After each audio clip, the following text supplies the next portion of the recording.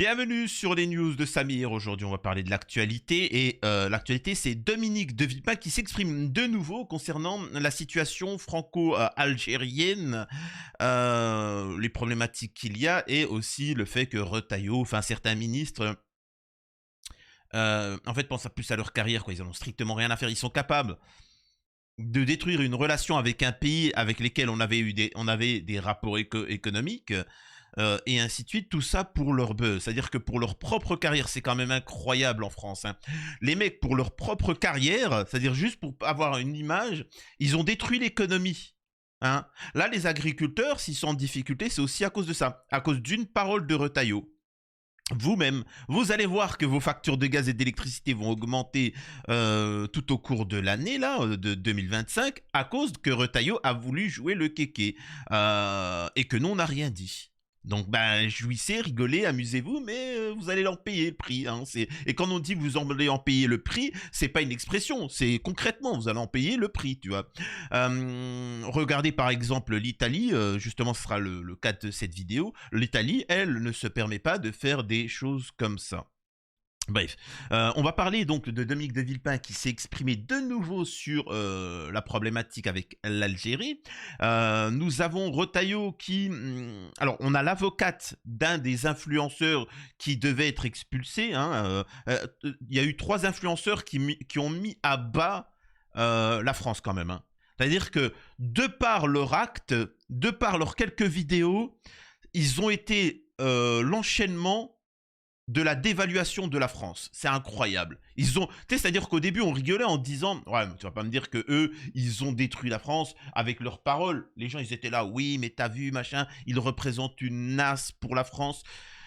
La réalité, c'est que ils peuvent se targuer de ça maintenant. Maintenant, eux peuvent se targuer en disant oui, on a fait des machins, on est resté en France, on était dans notre pleine légitimité. Au pire, on prendra quelques mois de tôle, mais en attendant, on a fait en sorte que la France, économiquement, elle a été reléguée au dernier plan. Donc voilà, donc bref, on va parler de ça. Et Retailleau qui s'exprime sur Rima Hassan, et encore une fois, ils tiennent des propos qui sont condamnables. C'est des propos qui sont condamnables, mais ils s'en fichent. L'important, c'est de faire le buzz. Et ça, c'est la société TikTok. C'est la société, c'est des Instabiatch. Ils sont là pour le buzz, le buzz, le buzz. Ils ont une vision personnelle de la politique. Ils savent très bien qu'une fois qu'ils ont fini, regardez ce qu'a fait Sarkozy, et puis ils risquent rien. Donc pourquoi eux ne se permettraient-ils pas? Donc voilà, bref. C'est l'introduction, on va pas trop rentrer. En exclusivité, grâce aux donateurs, merci infiniment, un 60 tipeurs, 1387 €. En exclusivité, je vous avais dit, vous ne serez pas déçus. On va voir en interview Adolphe. Oui, Adolphe, le petit moustachu. Alors vous allez vraiment me dire, Samir, Samir, tu dis n'importe quoi, on t'a débunké ta chaîne, c'est vraiment bidon. Comment il est décédé, il est plus de ce monde. Pour ceux qui ont regardé les élections américaines avec Biden et les élections en France, hein, pour ceux qui s'en rappellent, peut-être certains qui nous regardent de l'étranger ne savent pas, mais il faut savoir qu'en France, il y a des gens décédés qui ont tous voté pour Macron. Ils étaient plus de ce monde, mais ils ont quand même voté Macron. Ah, bah alors tu sais, j'ai envie de te dire, pourquoi pas, tu vois. Donc on va la voir, et il a des révélations à nous faire sur l'Algérie. Tebboune, accroche-toi bien, hein. Alors, on va pas laisser passer ça. Avant de démarrer la vidéo, je vous invite à vous abonner, laisser un commentaire, un like pour le référencement, me rejoindre sur les réseaux sociaux, chaîne secondaire, très important. N'hésitez pas à faire un don à la chaîne en faisant sur Tipeee. Merci à Stéphane, merci à Mustapha, merci à Eldiko. Stéphane qui me dit merci pour la pertinence et l'humour. Alors, je vous ai déjà dit, c'est très bien les compliments, mais je préfère quand c'est des femmes qui font des compliments. Désolé Stéphane. Tu vois. Mais continue à faire des dons, hein. Mais voilà, t'es bien gentil Stéphane. Et d'ailleurs, pour préciser, encore une fois, je le répète, surtout lors de ma première chaîne, parce que cette chaîne-là, voilà, bon, elle est particulière, mais la première chaîne, je peux vous assurer que c'est surtout des Français dits de souche, très peu de Maghrébins qui m'ont soutenu. vraiment à l'époque c'était un truc de dingue, hein. C'était vraiment la dinguerie, qui m'ont soutenu et ainsi de suite. Tombez pas dans le panneau de la division. Il faut que les Russes comprennent que les Français ne les détestent pas, qu'ils ont aucun problème avec eux, que les Français comprennent que les Russes ils en ont rien à faire, au contraire ils nous respectent. C'est pareil en Afrique, ils respectent le peuple. La problématique c'est ces gouvernements patentés occidentaux qui créent les problématiques. Et j'en suis la preuve parce que je suis soutenu par tout le monde véritablement. Donc, écoutez, maintenant on va pouvoir démarrer. Pour contextualiser l'affaire et puis vous montrer les propos de d'Adolphe de Villepin et Retailleau, on va contextualiser en lisant cet article-là. L'avocate de l'influenceur expulsé s'exprime. Bruno Retailleau a gonflé cette affaire pour régler des comptes avec l'Algérie.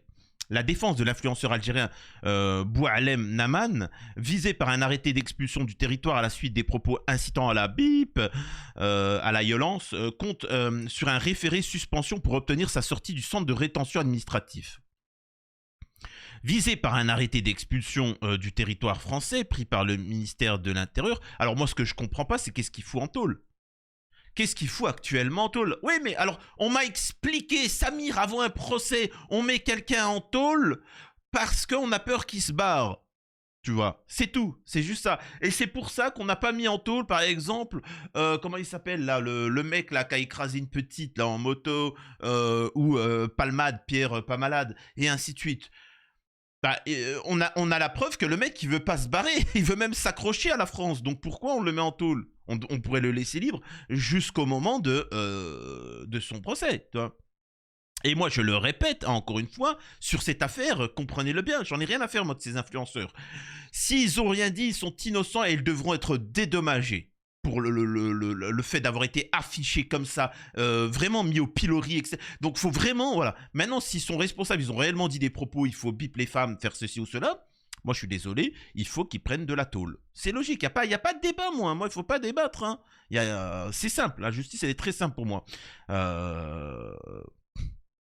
Moi, vraiment, je pense qu'à l'époque où il y a ChatGPT, on pourrait remplacer les juges par ChatGPT. Je sais que ça peut paraître dur, mais l'intelligence artificielle fait énormément de choses. On met tous les trucs, voilà, il est ci, il est ça, machin. Oui, mais Samir, tu sais, on peut pas faire une justice avec une intelligence artificielle, il faut qu'il y ait un humain derrière. Bah, quand l'humain est un gros pervers, j'ai envie de te dire, hein, je préfère un ordinateur qui, lui, sera neutre, au moins, tu vois. Au moins, il sera neutre, tu vois. Hein, il va pas juger en fonction du nom de famille, en fonction de si c'est une star ou pas, tu vois. On va pas dire oui mais Pepalmad c'est un acteur, c'est un humoriste. Le ChatGPT il s'en fiche, tu vois. Il va te dire il a fait ça, il sera condamné à ça. Donc ça devrait être la moindre des choses. Mais bon, hein, je suis pas le seul à penser ça. Visé par un arrêté d'expulsion du territoire français, pris par le ministère de l'Intérieur le 7 janvier, renvoyé illico en Algérie mais refusé par les autorités d'Alger. Boualem Naman a depuis été placé en centre de détention administrative à Mesnil-Amelot, en Seine-et-Marne, pour une durée maximale de 90 jours. Cet influenceur, algérien de 59 ans, est connu sous le pseudonyme Boualem sur les réseaux sociaux TikTok où sa chaîne compte près de 140 000 abonnés. Waouh! Dans l'une de ses vidéos publiées le 4 janvier, ce père de famille domicilié à Montpellier appelle ses concitoyens algériens à la bip contre un opposant aux autorités algériennes.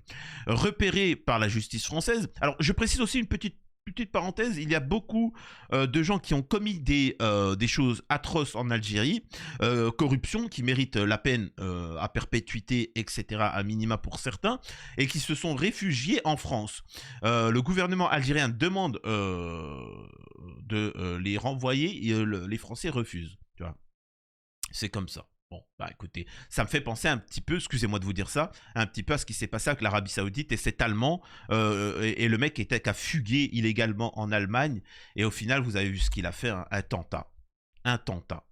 Donc moi, je fais partie de ceux qui considèrent que si tu as commis quelque chose de grave au Congo, en Allemagne. En fait, tu dois être condamné, même si c'est de l'autre côté de la planète. Hein. Il n'y a pas de... Ah, moi, je ne suis pas inquiété par la justice française parce que les choses que j'ai faites, c'était aux États-Unis, machin. Non, pour moi, du moment où tu fais quelque chose de dramatique, il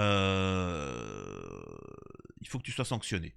Allemagne, Japon, États-Unis, Algérie, Yémen, non, pas Israël. Allez, on continue. Placé en garde à vue suite à la décision du procureur de la République de Montpellier, il est convoqué le 24 février afin d'être jugé pour provocation à commettre une atteinte volontaire à l'intégrité physique, etc. Alors moi, je veux vous le dire, il va prendre normalement 1 an. 1 an ferme. Je pense qu'il va prendre 1 an, 2 ans ferme. En réaction, ses avocats viennent de déposer un recours en référé suspension. Quand même, hein. Ah bon, bah, vas-y, je vais rien dire. Devant le tribunal administratif de Paris, dans le but d'obtenir la suspension de cet arrêté d'expulsion, ce recours doit être étudié dans une semaine. Lundi 27 janvier, nous dénonçons l'illégalité de l'arrêté d'expulsion décidé par le ministère de l'Intérieur, a exposé ce lundi maître Marie-David Belloir, l'un des avocats de Douarlem. Au cours d'une conférence de presse, il s'agit d'une atteinte disproportionnée à la vie privée familiale en l'absence d'éléments susceptibles de caractériser une nasse grave à l'ordre public. Bruno Retailleau a décidé de gonfler artificiellement cette affaire pour régler des comptes avec l'Algérie. Depuis plusieurs mois, une crise diplomatique aiguë couve entre Paris et Alger à la suite notamment de la prise de position d'Emmanuel Macron en faveur du Maroc sur la question du Sahara occidental. La défense de Boualem souligne que les propos imputés à l'influenceur tenus en langue arabe dans un dialecte algérien ont fait l'objet de traductions fluctuantes. Hein. Dans un premier temps, il pouvait s'agir d'une invitation à ôter la vie à des gens, mais dans l'acte de prévention qui convoque Boualem devant le tribunal, il n'est plus question que d'une correction sévère. Va falloir les corriger, ceux qui parlent, qui disent des trucs comme ça. Donc on est passé de « il faut ôter la vie aux gens » à « va falloir les corriger », tu vois. Partagez cette vidéo, je parle à visage découvert, je m'adresse au peuple qui est en Algérie. Donnez à ce type une correction.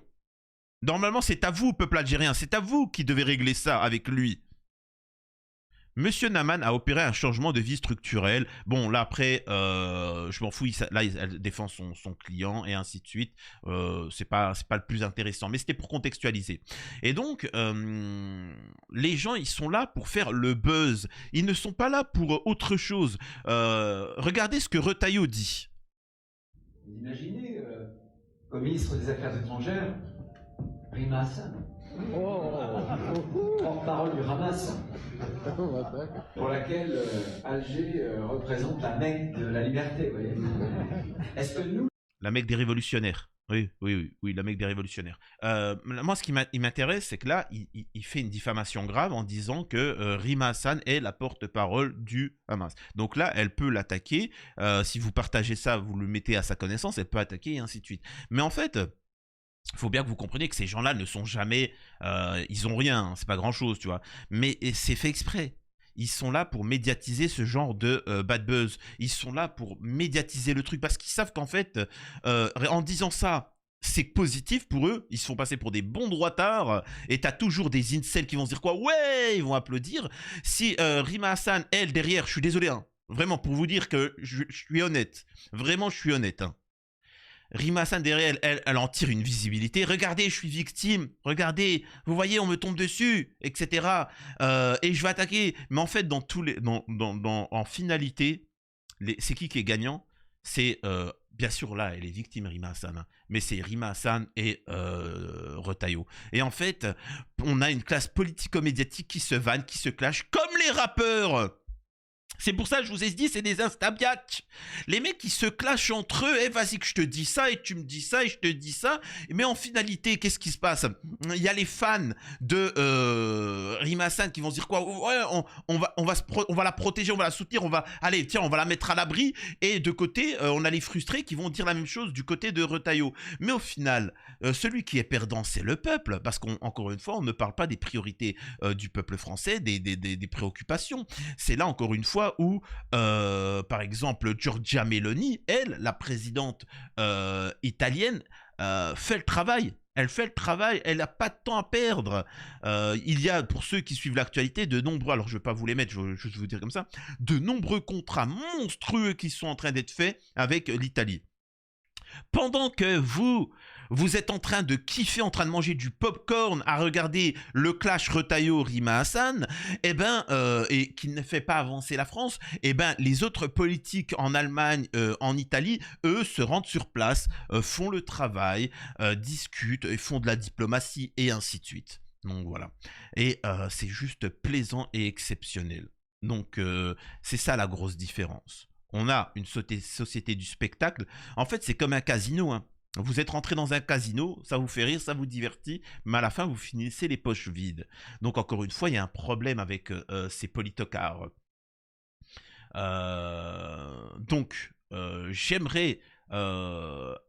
J'aimerais quand même vous transmettre, avant de passer à la suite, écouter l'interview de Adolphe. Bienvenue, je pense que, je sais pas si vous me connaissez, je m'appelle Adolphe, donc on m'a demandé de m'exprimer sur la situation algérienne, donc j'ai quand même des révélations à vous faire. On ne dit très peu, l'histoire le cache, comme vous le savez, l'Algérie et son influence à l'international et dans toutes les castes politico-médiatiques, dans les affaires internationales, partout, ils contrôlent tout. Oui, les Algériens contrôlent tout et ils veulent cacher la vérité. Oui, à la base, je suis innocent. On me reproche beaucoup de choses et rien sur l'Algérie. De base, nous, on était tranquilles, On était tranquille. Certains me reprochent même, par exemple, d'avoir fait des chants SS, des chants à l'éloge de... écoutez, à la base, je vous jure que quand ils sont venus en Allemagne, ils ont commencé avec leur musique, le rail, qui était insupportable. Donc voilà, c'était juste pour contrer un peu cette musique, mais sinon on n'aurait jamais fait ces chants-là. Je rappelle, et ça très peu osent le dire, que tous les camps ont été créés avec quoi? De l'acier de quelle origine? De l'acier quoi, à votre avis? Qui produit cet acier? C'était en Algérie, c'est de l'acier algérien. Donc les trains, vous croyez c'est qui? Encore une fois, c'est quand même exceptionnel. On le dit pas, moi j'assume, j'ai le courage de le dire. Ils sont venus envahir l'Allemagne en masse, et les Allemandes, les femmes allemandes étaient forcément sous le charme de ces beaux et jeunes Algériens. Donc après, nous, on était obligés de prendre du territoire ailleurs. C'est pour ça qu'on est parti en Allemagne, en Pologne, en Autriche, qu'on est parti un peu dans tous les pays. C'était pour notre espace vital parce qu'ils nous le bouffaient, les Algériens. Ils sont le responsable de tout ça. Et à l'heure actuelle, bien évidemment, c'est l'un des seuls pays qui ne reconnaît pas l'État d'Am Israël. Vous le savez très bien. Ce qui nous a radicalisés, je dois vous l'avouer, c'est quand on a été trop gentils, on a commencé à goûter à du Selecto, le Selecto et du El Morgen. Ça nous a retourné l'esprit, je t'avoue mon frère. Ce combo-là, il nous a détruits. C'est pour ça qu'on est parti un petit peu, on a certes un peu dérivé. On a un peu dérivé, si vous voyez ce que je veux dire. Donc voilà. Attendez, non mais ça n'a... Attendez, excusez-moi, je coupe tout de suite. Adolphe, t'es bien gentil, mais ça n'a strictement aucun sens ce que tu me racontes. De ton époque, il n'y avait pas... Enfin, c'est pas cohérent. Au niveau des dates, ça ne correspond même pas. Le El Morgen, ça n'existait pas à ce moment-là. Donc ça n'a pas de sens. Qu'est-ce que tu nous racontes? Écoute-moi bien. Je vais te dire un truc tout de suite. Tu vas te calmer, toi, déjà, premièrement. Tu vas me parler sur un autre ton. J'ai pas de conseil à recevoir de des gens qui ont voté 2 fois pour Macron, qui ont voté pour Sarkozy et qui payent l'autoroute. Bande d'idiots. Le peuple a construit des autoroutes et vous payez maintenant Qu'est-ce que vous me racontez? Donc, tu vas te taire, Incroyable. Vous êtes en tension avec la Russie sans aucun sens. Donc, j'ai pas de conseil à recevoir de gens de ton type. Vous vous soumettez comme des petites soumises à Israël et le peuple... Pardon, excusez-moi, je retombe dans mes travers. Excusez-moi, on est de retour. Alors, aucun sens, quoi. C'est vraiment... Je n'en peux plus. Pourquoi moi, on peut m'expliquer pourquoi moi, mes interviews, ça se passe jamais comme normalement? Faut ça. Bref.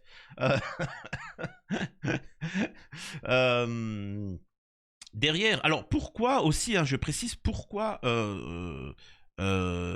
les gens aiment le Maroc et n'aiment pas l'Algérie? Je parle de certaines entités, hein, certaines entités, parce que les gens apprécient beaucoup, les gens d'honneur apprécient l'Algérie. Mais on peut voir, et les Marocains le savent très bien, tout du moins pas ceux qui sont soumis et qui se prosternent devant un roi pathétique. Après, je leur en veux pas, c'est de l'idolâtrie, ils ont été éduqués dans ce sens-là. Parce que justement, l'Algérie se tient debout. Et eux aiment bien, parce que le Maroc leur appartient. Il faut bien savoir que ces gens-là, et les Marocains le savent très bien, parce qu'on peut leur manquer de respect. On peut se permettre d'aller chez eux, faire ce qu'ils veulent. Et c'est pour ça que moi, j'invite... alors moi, je suis boycotté par une bonne partie des Marocains, parce que forcément, ils sont éduqués dans la croyance que le roi est une divinité sur terre, et qu'il faut se prosterner, qu'il n'y a pas de souci là-dessus. Certains même pensent qu'il peut se projeter sur la Lune. Ça, c'est encore autre chose. Mais là, moi, je m'adresse aux Marocains patriotiques qui aiment le Maroc et qui s'inquiètent de l'avenir du Maroc. Ils normalisent avec Amisraël, ils font des courbettes à l'Occident en espérant avoir quelque chose. Mais la problématique derrière, c'est que en faisant ça, les Marocains sont en train de disparaître du Maroc. Et ça, c'est un grand danger et qu'on prévient. Et le problème, c'est qu'il sera trop tard si ils ne réagissent pas à temps. Vous avez pu voir ces discours où on voyait que on nous disait le Maroc, c'est très bien. Alors, souvent, ils les mettent en opposition. Donc voilà. Écoutez ce que sur Radio Juif, il est dit.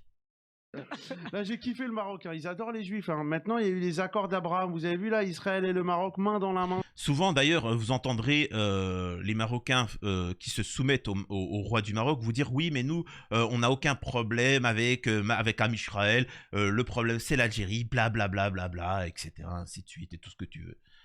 Voilà, bon, bref, on écoute la suite. Les Juifs, hein. Maintenant, il y a eu les accords d'Abraham. Vous avez vu là, Israël et le Maroc, main dans la main, ça fait plutôt plaisir. Surtout que là-bas, c'est pas cher, hein. J'ai loué un riad, à la fin, le mec, il m'a dit, tu rajoutes 1300 €, il est à vous le riad, si vous voulez.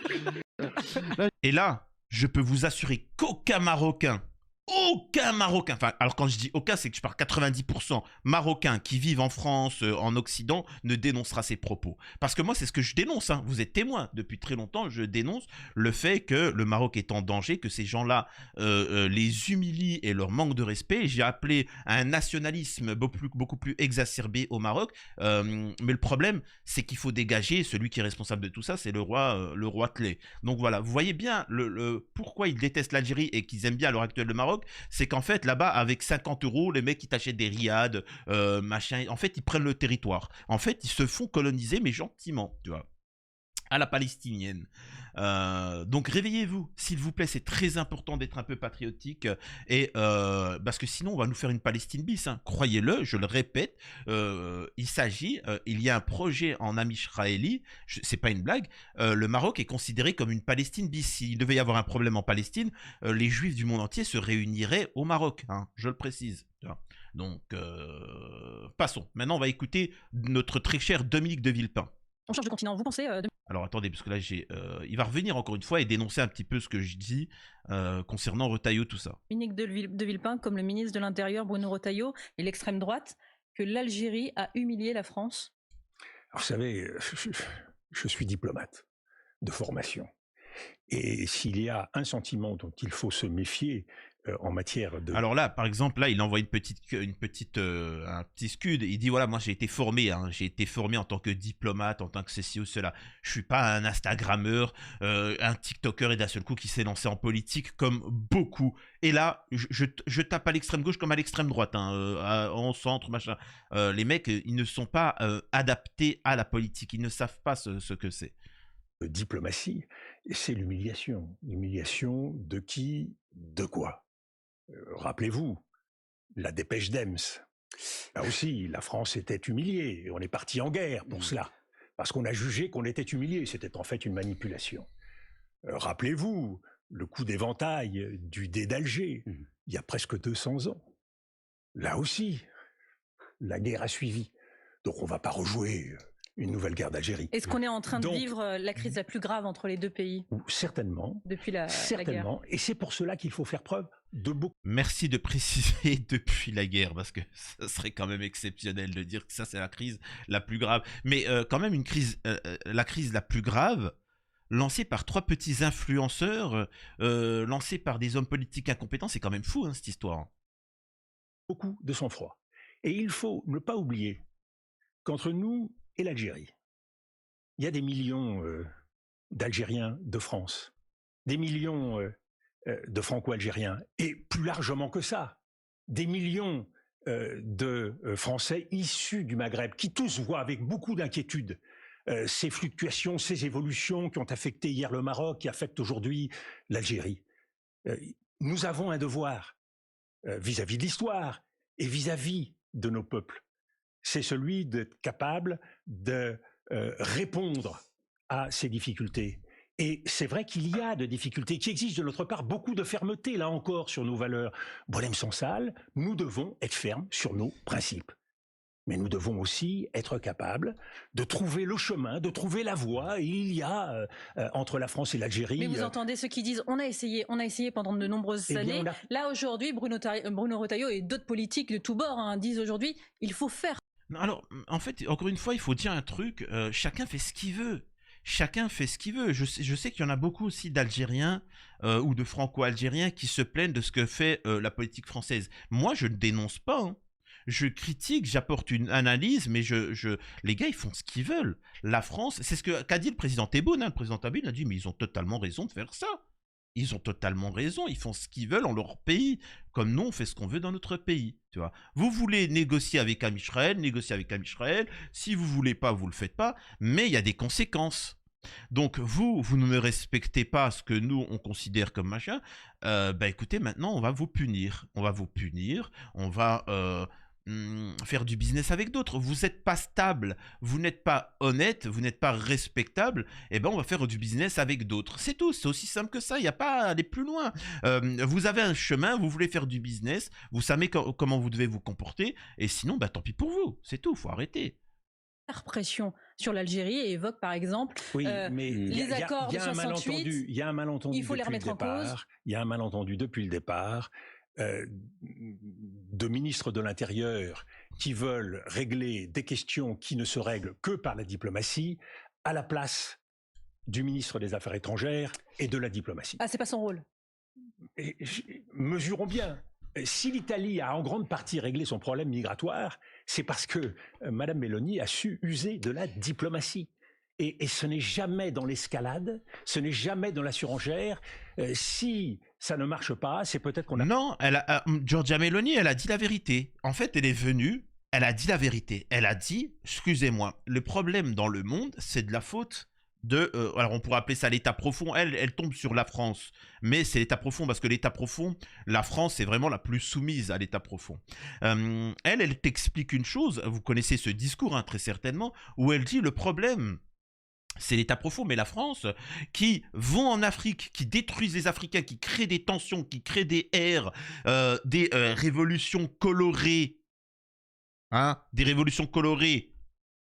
Attendez. Ces printemps arabes, je pense que c'est bon pour Israël. Voilà, hein, désolé pour les gens de gauche. Donc elle est venue, elle a dit, ils viennent, ils déstabilisent l'Afrique, ensuite ils volent leurs richesses. Donc forcément, tu as beaucoup d'Africains qui, après, migrent en Europe massivement, et massivement, on n'arrive pas à les accueillir et ainsi de suite. Donc en fait, ça crée une misère. Les peuples du monde entier souffrent pour le bénéfice de quelques-uns. Donc moi, mon objectif, c'est que tout le monde soit bien. En Italie, ça se passe bien, comme au Congo, comme au Mali, etc. Et voilà. Et je vous parle d'égal à égal. C'est ça qu'elle a fait Giorgia Meloni. Et c'est pour ça que ça se passe très bien. Alors que la France, il n'y a rien de tout ça. C'est que du blabla. Donc, je suis désolé de dire ça. On en paye les conséquences. On n'a pas forcément utilisé suffisamment les bons moyens ou pas suffisamment au bon niveau. Il faut persévérer. Mais sur cette nous question n'avons pas le droit de baisser les bras et nous n'avons pas le droit de rentrer dans la logique d'une politique du pire dont nous savons qu'elle sera sans effet et bien pire. Mais sur cette question précise, à des surenchères. Sur cette question précise. Alors, il faut savoir aussi une chose, hein, je pense que vous le savez tous, une personne frustrée parle beaucoup. Les gens qui parlent beaucoup, c'est qu'ils sont frustrés, qui n'ont pas les moyens. Vous verrez jamais quelqu'un qui sait se battre, qui est physiquement très fort, chercher des noises. C'est souvent le plus pathétique. Je rappelle que l'Algérie, en fait, eux, de leur côté, ils en ont strictement rien à faire de cette affaire-là.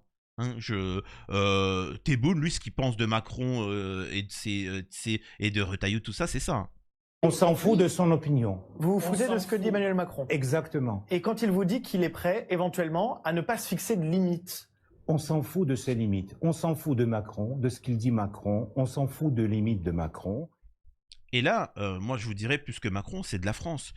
Les gars, il faut bien que vous compreniez une chose. L'Occident est en train de s'effondrer et le monde entier n'en a strictement rien à battre de la France. Vous croyez que l'Argentine, ils ont quelque chose à battre de la France? Vous croyez que le Chili? Vous croyez que l'Inde, le Pakistan, les pays du Moyen-Orient, les pays d'Afrique, encore qu'il y en a qui sont encore sous dépendance, la Russie, la Chine, la Corée, le Japon, vous croyez qu'ils ont quelque chose à faire de Retailleau et d'Emmanuel Macron? Non mais attendez, soyez sérieux, tu vois. Des accords de 68 qui octroient un statut particulier aux Algériens en matière de droit à la circulation, de séjour et d'emploi en France. Est-ce qu'il faut les remettre en cause aujourd'hui? Nous les avons déjà remis en cause à plusieurs reprises, à de nombreuses reprises. Si nous souhaitons rediscuter de ces accords, eh bien, parlons-en avec les Algériens. Est-ce qu'on est obligé d'adopter une position punitive? S'agit-il, à travers la dénonciation de ces accords, de punir? Sortons de ces logiques. Une fois de plus, j'ai eu à gérer dans ma carrière beaucoup de crises, et des crises très difficiles.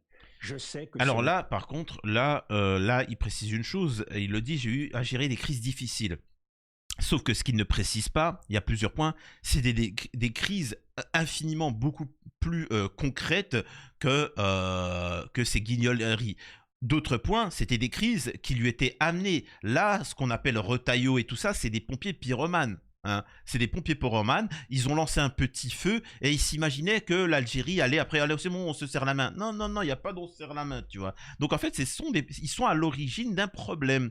D'ailleurs, vous pouvez le voir avec cet élément-là. Regardez, il y a le ministre des Affaires étrangères française. Ça l'a calmé. Disons que maintenant, ils se sont calmés. Ils ont compris ce qu'il en était. Moi, mon job, ma mission, c'est de trouver des résultats, d'obtenir la coopération pleine et entière des autorités algériennes. C'est d'ailleurs la raison pour laquelle j'ai dit que j'étais disposé à m'y rendre pour aborder tous les sujets et pas seulement ceux qui ont fait l'actualité ces dernières semaines. Quand vous dites je suis disposé à m'y rendre, ça veut dire quoi? Ça veut dire qu'il y a une date prise? Ça veut dire que vous avez vraiment prévu d'y aller? On a adressé cette proposition aux autorités algériennes. J'attends leur retour. Ils vous ont pas répondu? Pas encore. C'est fou ça quand même. Enfin, vous êtes le ministre des Affaires étrangères de la France. Vous dites je veux venir et il n'y a pas de réponse. Oh mais ça arrive régulièrement, vous savez. Non, j'avais la naïveté de penser qu'effectivement, quand on est ministre des Affaires étrangères et qu'on dit écoutez, je souhaiterais vous rencontrer, qu'on puisse discuter. Voilà, on trouvait une date dans l'agenda, quoi. On le trouvera, rassurez-vous. Donc, vraiment, les mecs, ils ont joué les kékés et le mec a envoyé des messages à Tebboune et Tebboune ne répond pas. Donc, je me pose la question, à savoir, Tebboune, qu'est-ce qu'il est en train de faire à l'heure actuelle? Ah, on me dit que j'ai Tebboune. Tebboune, monsieur, votre excellentissime, monsieur le président, comment ça se fait que vous ne répondez pas au ministre des Affaires étrangères? C'est pas bien, il est en train de défoncer tous les glaces là dans le frigo, il est en train de s'empiffrer de glace, il est pas bien. Qu'est-ce que vous êtes en train de faire, monsieur Tebboune? Répondez, voyons. Oh! Écoutez, j'aimerais bien, mais comment dire, je suis un peu occupé, hein. Il y a la Switch 2 qui va sortir avec Mario Kart 9, donc croyez-moi, j'ai pas le temps de m'occuper de ces choses-là. Ensuite, les gars, je suis tombé sur une petite série qu'on m'a conseillée, la série From, une petite série horreur comme ça, mystère. Oh là là, oh là là. Et puis l'Attaque des Titans, un manga, mais là j'en suis à la saison 2. J'ai appris une révélation à la saison 2, épisode 6. Incroyable, l'Attaque des Titans. Donc j'ai pas le temps de répondre à des minables, donc voilà. Hein. Allez, je vous laisse. Allez.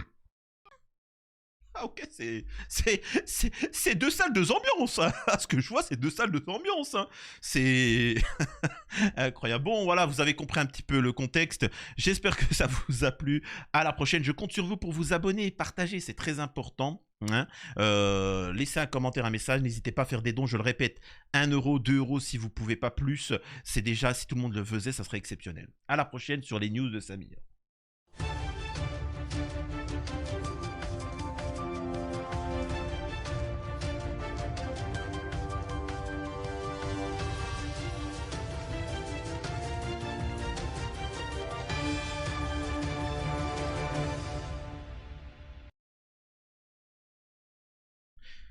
Dites-moi en scène post-générique, vous aimez bien quand je fais des petites blagues comme ça, là? Bah alors ça me vient en freestyle, tu vois, je vous avoue que ça me fait en freestyle, parfois je le fais, mais ça me demande du montage, un peu de faire du montage. Donc, mais dites-moi si, franchement, vous trouvez ça marrant ou vous vous en foutez, tu vois, de toute façon, je suis déjà marrant de base.